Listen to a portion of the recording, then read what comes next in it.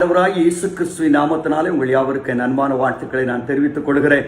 மற்றொரு நிகழ்ச்சியிலே உங்களோடு சந்திப்பதிலே மிகுந்த மகிழ்ச்சி அடைகிறேன். ஆண்டவர் அளவில்லாமல் உங்களை ஆசீர்வதிப்பாராக. அன்பானவர்களே, தேவன் கொடுத்த அற்புதமான வாழ்க்கைக்காக ஆண்டவர் நன்றி கூறுகிறேன். இந்த வாழுகிற உலக வாழ்க்கையிலே பலவிதமான போராட்டங்கள், பிரச்சனைகள், நெருக்கங்கள் நம்மை சூழ்ந்திருப்பதை நாம் பார்க்கிறோம். வாழ்வதற்கான நம்பிக்கை மனுஷனுக்கு அற்று போயிற்று.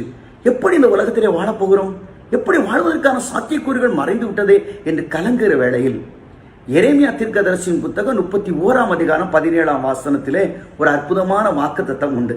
அந்த வாக்குத்தத்தம் என்ன சொல்கிறது? உன் முடிவை பற்றி உனக்கு ஒரு நம்பிக்கை உண்டு. உன் முடிவை பற்றி உனக்கு நம்பிக்கை உண்டு. ஆங்கில மொழிபெயர்ப்பில் you have the hope for the future. have the hope for the future.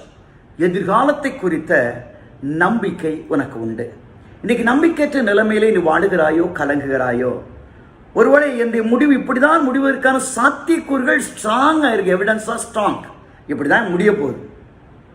ஆண்டவராலே மாற்றி அமைக்க முடியும். எப்படி முடியும்? ஆண்டோடைய திட்டங்களை பாருங்கள். 40 நாளிலே அழிய வேண்டிய நினிவே பட்டணத்தை 40 நாட்கள் தான் ஒதுக்கப்பட்ட 40 நாட்களில் அழிய வேண்டிய நினிவே பட்டணத்தை அந்த மக்கள் மனம் திரும்பின பொழுது, ஆண்டோடைய பாதத்தில் விழுந்த பொழுது, அந்த தேசத்திற்கு அவர் செய்ய நினைத்த அந்த தீங்குக்காக அவர் மனஸ்தாபப்பட்டு காரியத்தை மாற்றிவிட்டார் அல்லவா? எசேக்கியா தீர்க்கதரிசிக்கு மரணத்துக்கு எதுவான வியாதியை கொண்டு வந்தும் மறித்து விடுவான் என்ற பொழுது அவன் கண்ணீர் விட்டு கதறின பொழுது, உன் கண்ணீரை கண்டேன், உன் விண்ணப்பத்தை கேட்டேன் என்று சொல்லி பெரிய தீர்க்கதரிசியாகி ஏசாயாவுடைய தீர்க்கதரிசே மறுபடியும் மாற்றி சொல்ல சொன்னார் அல்லவா? இன்னும் 15 ஆண்டுகள் உண்டு என்று. ஆம், ஆண்டவராலே இன்னும் காரியத்தை சொல்ல வேண்டுமா? மரித்து 4 நாளாகி நாரி எல்லா 3ஆம் நாள் கிரியைகள் எல்லாம் முடித்து ஓய்ந்திருந்த லாசருவுக்கு உயிர் கொடுத்து எழுப்பினது ஆண்டவர் அல்லவா? அதே தேவன் சொல்லுகிறார், கலங்காதே, உன் முடிவை பற்றி உனக்கு நம்பிக்கை உண்டு. இன்னைக்கு முடிவுள்ள அந்த நம்பிக்கையை நாம் பெற்றுக்கொள்ள வேண்டுமானால் நம்முடைய வாழ்க்கையில் அத்தியாவசியமாக எதிர்பார்ப்பது என்ன? ஆதியாகமம் 15ஆம் அதிகாரத்தில் ஆபிரகாமுடைய சரித்திரத்தை நாம் வாசிக்கிறோம். ஆண்டவர் தரிசனமாகி மகாபரிய பலம் கேடகமாய் உனக்கு இருக்கிறேன். அதெல்லாம் ரொம்ப ஒரு இதாக எடுத்துக்கவேலாம். சொன்ன, ஆண்டவரே இதெல்லாம் போதும், இந்த ஆசீர்வாதம்லாம் போதும், இருக்கிற ஆசீர்வாதம் போதும். நான் ஒன்னே ஒன்று கேட்குறேன், எனக்கு குழந்தை இல்லை, நான் என்ன செய்வேன்?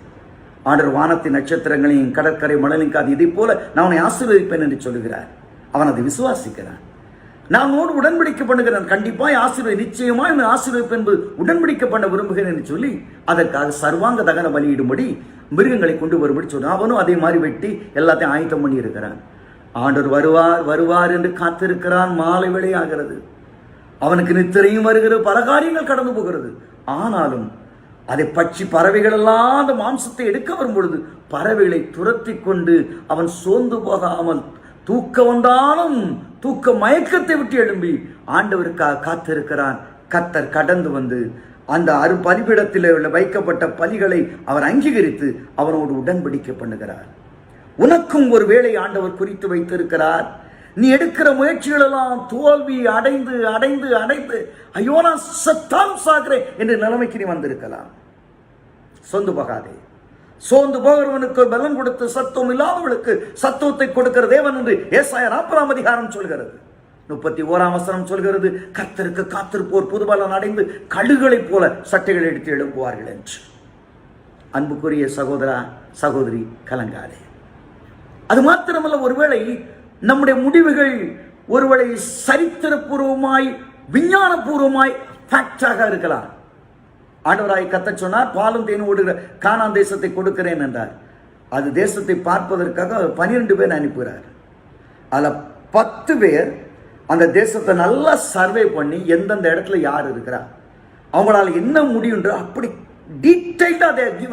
டீடைல்டு நல்ல ஒரு உண்மையான ஒரு ரிப்போர்ட், ரியல் ஸ்டேட்மெண்ட், உண்மையான அங்கீகரிப்பான கொடுக்கிறார். ராட்சசர்கள் இருக்கிறார், எமோரியர் இருக்கிறார்கள், பெரிய பெரிய மனிதர்கள் இருக்கிறார்கள். அந்த தேசம் நல்ல தேசம்னா திராட்சை கொலை இப்படிதான் எல்லாம் சொல்லி டீடைல்டா சயின்டிபிக்கா முடியாது என்பதை அப்படி வைக்கிறாங்க. They are giving a clear picture. It's fact. It is not lie. It's a fact. உண்மைதான். ஆனால் அவர்களுக்குள்ளே 2 பேர் இருக்கிறார்கள், காலேபும் ஜோஷுவாவும். அந்த 2 பேர் சொல்லுகிறார்கள், இந்த இடத்திலே கூட நாங்கள் தேவனுடைய வாக்குத்தத்தத்தை நம்புகிறோம். அவர் நம்ம மேல் பிரியமாயிருந்தால் தேசத்தை நமக்கு கொடுப்பார். They are strong in the promise of God. They are very strong in the promise of the Lord. தேவனுடைய வார்த்தையிலே மிக உறுதியாயிருக்கிறார்கள். அந்த விசுவாசம் அவர்களுக்குள்ளே இருக்கிறது. நண்பர்களே, வாழ்க்கை எதுவானாலும் சரி, கலங்காதீர்கள். தேவன் வாக்குத்தத்தம் பண்ணினவர் அதை நிறைவேற்ற வல்லமை உள்ளவராய் இருக்கிறார். அவரை மாத்திரம் சார்ந்து கொள்ளுங்கள். Put your trust upon God. Believe the promise of God. தேவன் நிச்சயமாய் வாக்குத்தத்தம் பண்ணினவரை நீங்கள் நம்பும் பொழுது காலேப் யோசுவாவை கனப்படுத்தினது போல உங்களை அவர் கனப்படுத்துவார். எத்தனை வருஷமானாலும் சரி, வாக்குத்தத்தம் சொன்னதுதான். இதே காலேபுடைய சரித்திரம் பின்னாடி பாருங்க. 85 வயசா இருக்கிற அவனுக்கு ஆண்டவர் 40 வயசுல வாக்குத்தத்தம் கொடுத்தார், மலை தேசத்தை உனக்கு கொடுப்பேன்னு சொல்லி. 85 வயசுல கூட ஸ்ட்ராங்கா ஏற முடியாது. அதை பத்தி எனக்கு கவலை இல்லை. அதே பலன் எனக்கு இருக்கிறது, அதே விசுவாசம் எனக்கு இருக்கிறது. அந்த மலை தேசத்தை எனக்கு தா என்று சேலஞ்ச் பண்ண Caleb. God is expecting the same faith. அந்த நான் வார்த்தை ஆண்டவரிடத்தில் எதிர்பார்க்கிறார். உங்களால அதை நம்ப முடியுதா? அது மாத்திரமல்ல அன்புக்குரியவர்களே, அது மாத்திரமல்ல, மூன்றாவது ஒரு நிலைமையை நாம் பார்க்கிறோம். பெரிய கடல், அதை கொந்தளிக்கிற அலைகள் எழும்பி வருகிறது. அதன் நடுவே கப்பல் இருக்க அத்தனை பேரும் புயலிலே சிக்கி தவித்து கண்ணீர் விட்டு கதறுகிறார்கள். நாம் கரை தேரவே முடியாது. There's no chance to come out from this cyclone. இந்த புயலிலிருந்து வெளியே வர முடியாது என்று சொல்லி கலங்குகிறார்கள். அந்த வேளையில் தான் there's a man among the people. அங்கே ஒரு மனிதன் இருக்கிறான். His name is Paul. Pavul என்கிற ஒரு மனிதன் இருக்கிறான். He is a man of vision. தரிசனத்தின் மகன். கர்த்தர் ஒரு தரிசனத்தை கொடுத்தார். பவுலே, நீ ராயனுக்கு முன்னாக ரோமாபுரில இருப்பாய். So he depend upon the promise of the vision of God. Depend upon the vision of God. தேவனுடைய தரிசனத்தை அவன் சார்ந்திருந்தான். அவன் சொல்லுகிறான், இந்த மக்களெல்லாம் கலங்கி இரவு பகல் காண முடியாதபடி மழையிலும் வெள்ளத்திலும் சிக்கி தவிக்கின்ற வேளையிலே அந்த கப்பல் நடுவில் எழும்பி நின்று சொல்லுகிறான், பயப்படாதீர்கள், நான் ஆராதிக்கிற தேவன் கண்டிப்பாக என் நிமித்தமா இந்த கப்பலுக்கு தயவு செய்வார், நாம் கரையிலே போய் சேருவோம். ஜிப்ரிஸ் அழகாக போடுவான், across the bridge there is no more pain, across the bridge there is no more shadow. அவன் சொல்லுகிறான், இந்த புயல், இந்த காற்று, it will be over, எல்லாம் முடிந்துவிடும், நாம் கரை போவோம். காரணம், he believed the vision of God. He believed the vision of God. நண்பர்களே, அவன் சொன்னபடியே கரையிலே போய் அந்த கப்பல் சேதம் வந்ததை தவிர பிராண சேதம் இல்லாமல் அத்தனை பேரும் பத்திரமாய் காப்பாற்றப்பட்டார்கள். இன்றைக்கு நான் சொல்கிறேன், இந்த கொடிய உலகத்திலே வாழ்கிறோம். யாருக்கு என்ன நடக்கும் என்று எந்த வேலையும் செய்ய முடியாது. அரசனானாலும் சரிதான், ஆண்டியானாலும் சரிதான், எல்லாருக்கும் பிரச்சனை வருகிறது. எப்படி வாழ்வோம் என்று எனக்கு தெரியவில்லை. ஆனால் இவற்றின் மத்தியிலே எரேமியா 31:17 உண்மை உண்மை உண்மை அது சொல்கிறது, உன் முடிவை பற்றி உனக்கு ஒரு நம்பிக்கை உனக்கு உண்டு. உன் முடிவை பற்றி நம்பிக்கை உனக்கு உண்டு. God is giving the hope for you. தேவன் ஒரு நம்பிக்கை உனக்கு கொடுக்கிறார். உனக்கு ஒரு நல்ல எதிர்காலம் இருக்கிறது, அதை அப்படியே நம்பு. You have a great future. உனக்கு ஒரு நல்ல எதிர்காலம் இருக்கிறது, அதை அப்படியே நம்பு. கர்த்தர் அப்படியே உன்னை ஆசீர்வதிப்பார், நன்மையினால் நிரப்பார். ஒரு நம்ம தலைகளை தாழ்த்தி நாம் ஜெபிப்போமா?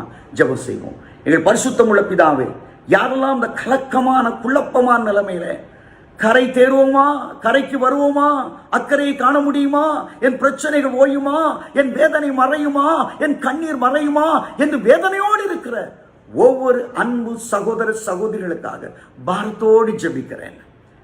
வாக்குத்தத்தத்தை நம்புகிறோம். எங்கள் முடிவை பற்றி ஒரு நம்பிக்கை உண்டு.